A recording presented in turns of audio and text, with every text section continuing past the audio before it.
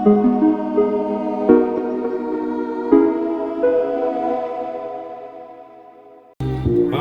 hey, this is Hans, and it's time for another episode of Instant Noodle Recipe Time. This is the show where I show you what to do with your instant noodles.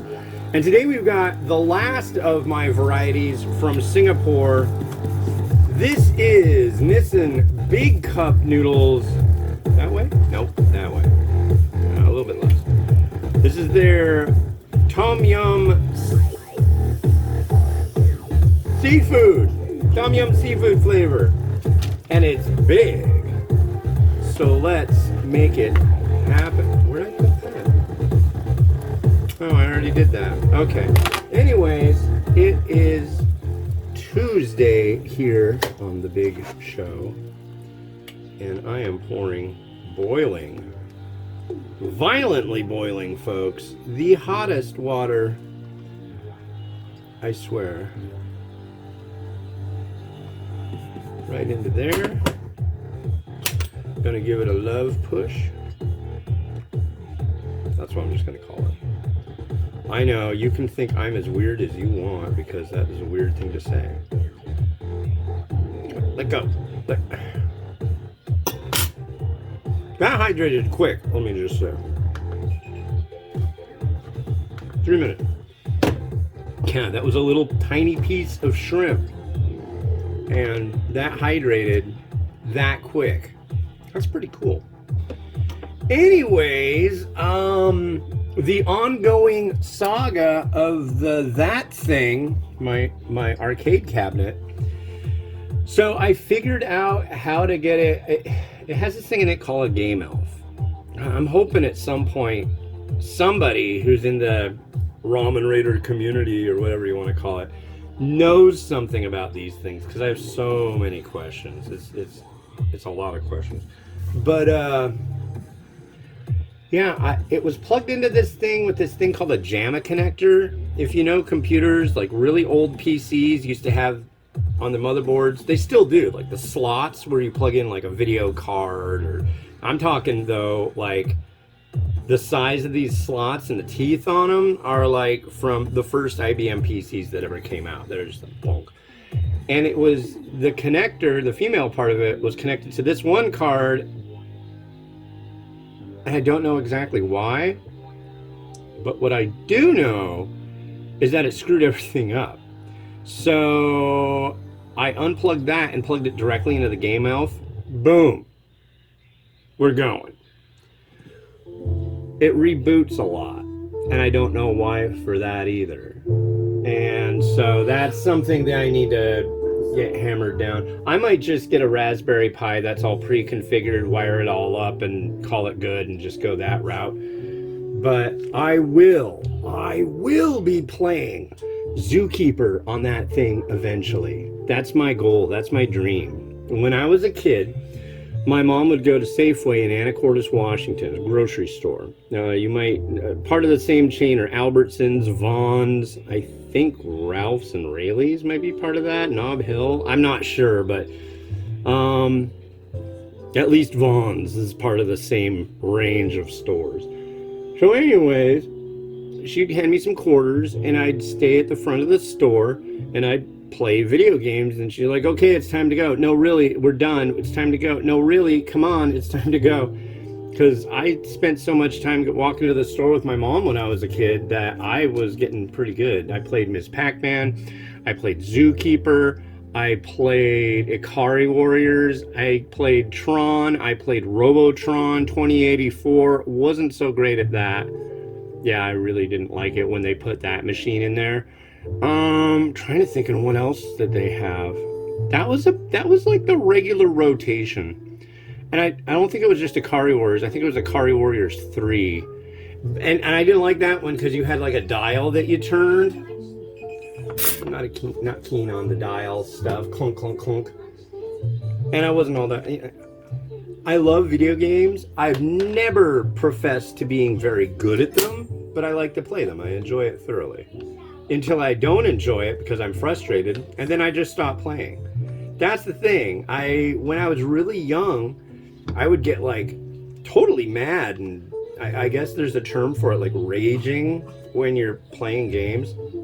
It was a very short period. Because it's like, well, if I'm not enjoying playing this game, why am I playing it at all? So I've seen lots of people just like lose their mind. Oh, I'm trying to beat this level. I'm trying to beat this level. I'm trying to beat this level. And then it's just like, okay, great, you beat it. Now what? You know, if I'm going to spend time playing a game, I'm going to do it because I really enjoy it, and I'm not doing it to make it feel like work. I'm one of those guys. So if I get bored with a game or frustrated with it, I'll just do something else. So this is our Tom Yum paste. This, I believe they said, was the most popular cup noodles variety that Nissin Singapore produces of their range. So personally, I absolutely adore Tom Yum. So I see people here, they don't know what Tom Yum is, man. They might know a little, but I would say 90% of the population has no idea really what Tom Yum is.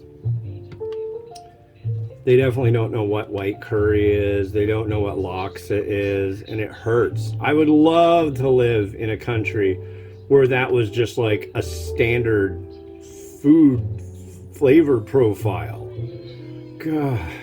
It was like when I was in Malaysia. It's like, my God, this is like where I grew up, except it's like, it's the same things. Like you go to Penang, there's a ferry.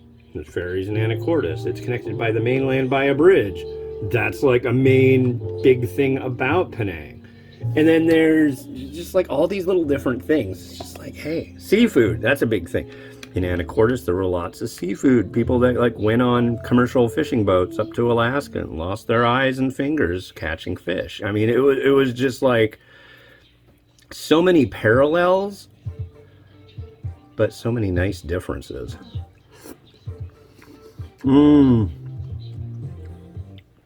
It's got a strong lemongrass. The heat on it is pretty good and it's very, very savory. I can see why people like this one.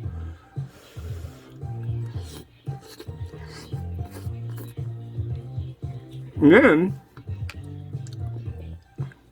what do we have here? Egg. Scramby egg.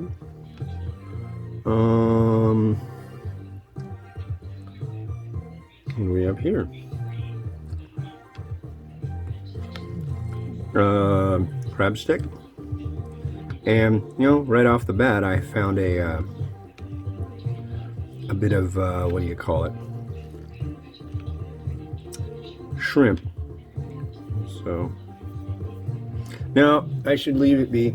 This is good, though. I highly, highly enjoy this. This is a really, really good one. And yeah, like I said, I can see why people over there like this one. It's got a nice flavor to it. And it comes with paste.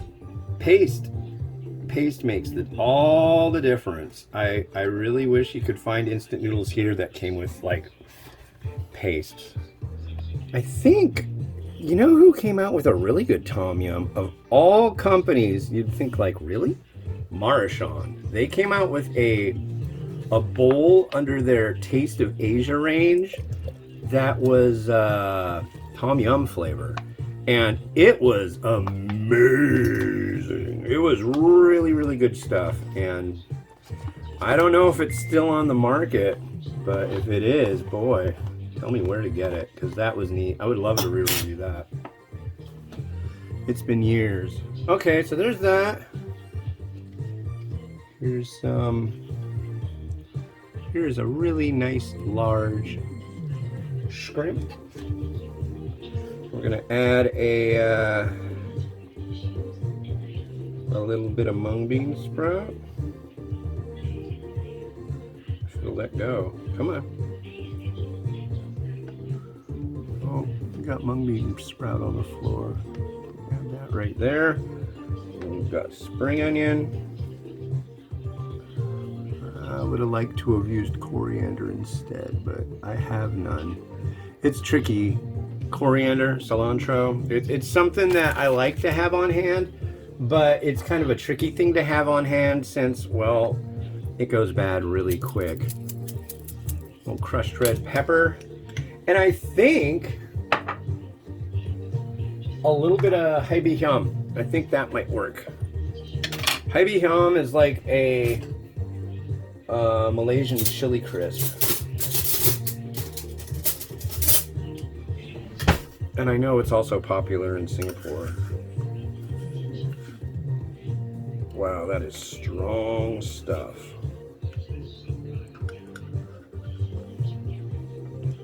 Right about there.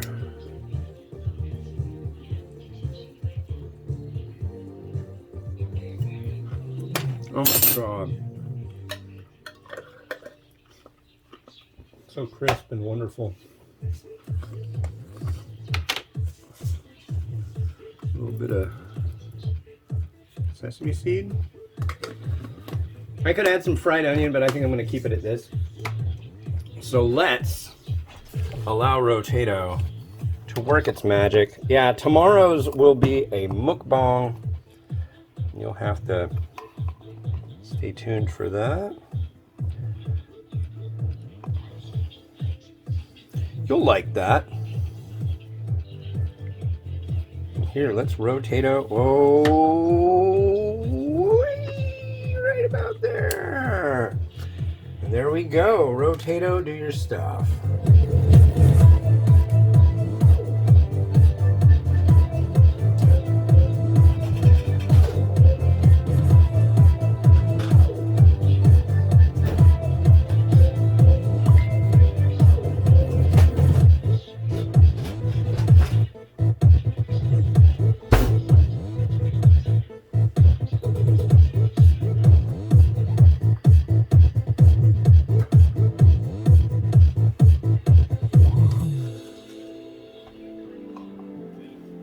Alright, well cool, thanks for watching. What do we got next? Well, we've got a mukbang coming up, folks. We've got daibak from Malaysia. This is their spicy chicken flavor. This is their ghost pepper. So I'm going to try to slam this down with the help of my children to watch and administer the situation. So yeah, you can count on watching that. It'll be the episode that comes out tomorrow. It should come out 1 o'clock. And the mukbang will come out at the regular time. That instant noodle recipe time comes out at 2 p.m. Pacific time. Check your local listings, folks. This has been Hans the Ramenator wishing you enjoyment of your noodles each and every day. Have a good one. Bye-bye.